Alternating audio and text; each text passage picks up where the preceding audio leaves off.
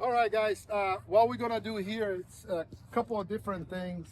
First of all, we're gonna go through the process how to deal with a misbehaving parent. So if you have a parent saying something stupid, stop the game, go to the coach, and say, "Coach, please go all the way to the other side and address it." Why? Because somebody like me, yes, I could talk with the parent, but I don't want somebody like you guys talk with a 6'4", a 6'4", 300-pound guy, tell him to not say anything else. It's not appropriate. So you go to the coach and say, "Coach, please talk to your parents, talk to your audience, and ask them to stop whatever it is. It was complaining about calls or stuff. Whatever you think it's happening, you tell them. And if the coach says no, then you suspend the game and you do not start the game. We will support you. If you tell us, we asked the coach said he's not going to do it, then the game is suspended.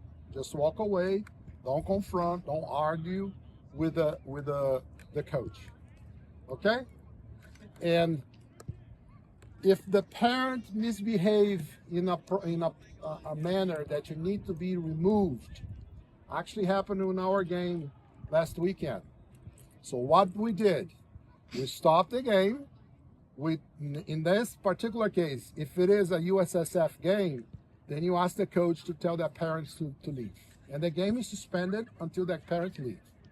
If it's a wreck here in Holly Springs like it happened, we went to the table and asked the table to deal with the parent.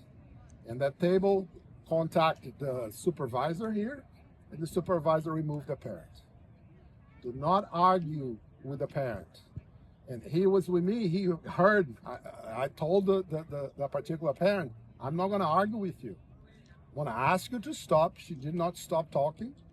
So I told her, "I'm going to remove you." And she probably doubted that I would do that. Guess what? I talked to him. I'm actually on the line here. I talked to him and I said, "Please stop the game." And he stopped the game. I explained to him, if you don't have, we had the benefit of the radio. If you don't have the radio, put your flag up. He's going to see it. He's going to blow the whistle, stop the game, and come to me, "Carlos, what happened?" Then I explained to him, "I have a parent here misbehaving that would not stop complaining." And then we went to the table and they were removed. Okay? So, again, you ask the coach to talk to the parents, or ask the coach to remove if it's a USSF. If it is, in the case the removal on the rack game, talk to the table. And that serves here at Hot Springs, same thing in Fuquay, because I already sent a parent off.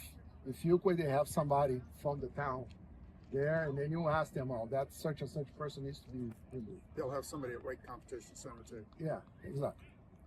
So that's the whole idea. I don't want you guys to go and confront. Then they ask a good question.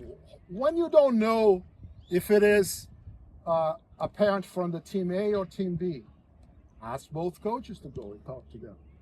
So explain to the coaches, "Please come here. I have parents misbehaving there.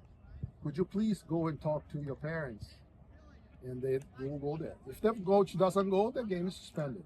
And you're going to hear it from the parents, "Oh, start the game. What the heck is this?" And blah, blah, blah. Not my problem. It's your problem now. Okay? So don't give in for these people. Stop the game and let them resolve that. The coach is resolving the problem. Okay? Any questions on that? All right, very good. The next thing I want to talk about it here. Now, one more thing about this. What is appropriate, what is not appropriate? So you have a coach say, come on, ref. Then you can kind of give him a warning. Said, "Hey, coach, please." And that's okay. You can get away with that. But when a coach says, like he said to me, I'm going to give an example that happens a couple weeks ago. The coach said, "Oh, he's playing for the green team." Because there was Wake FC against Tuesday team. I stopped the game. I gave him a card. There's no ifs and buts. You cannot say something like that.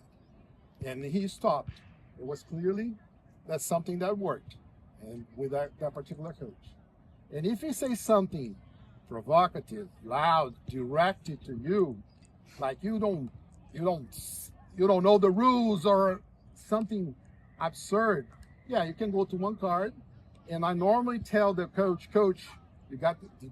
when I give the yellow card, I say, Coach, you know what a second yellow means, right? So you give him a warning. So if he continues to give him a second and send him off. There's no problem with that.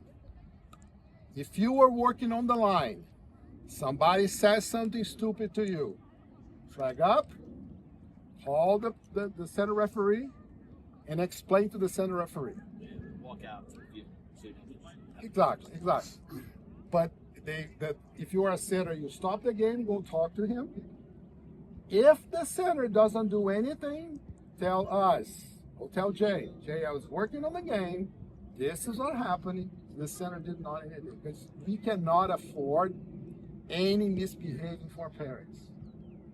I know it sounds, I'm going to telling about the referee. No, he did not do his job, period. He has to address the problem. We had to cut it off this thing, okay? But what the referee should do is, all right, I'll trust my assistant.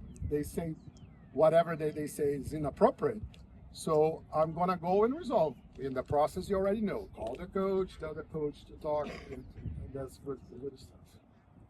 All right, any questions on this? Very good. So now we're gonna go to one more thing, which is, you guys brought your whistle. You have your whistle with you. I actually brought the whistle that I normally don't use, but all right, get your whistle. Because this is a problem I see everywhere. And how you blow the whistle. So blow the whistle. Go ahead.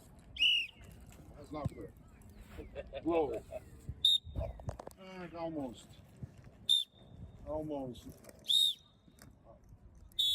That's a good whistle. See the difference? So let's go. You got one? You want a degrees of spell or regular spell? Whatever. Yeah, it's loud enough. Did you guys put your tongue under the whistle? Put your tongue so you can direct more air.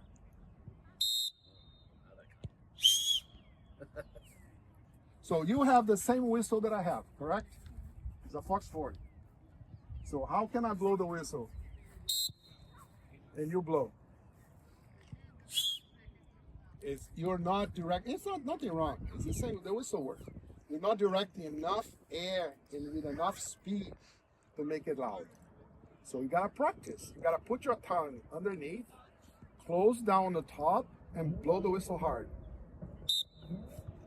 Go ahead. No, it's not working. Takes practice. It does take practice. So try now. It's better. You just need to be. I think the positioning is correct. I just don't think you put enough on there. Go ahead. Same thing. You blow it. See, I see they did the same thing, right? Sounds the same, right? You gotta really close all the passage so the air goes inside.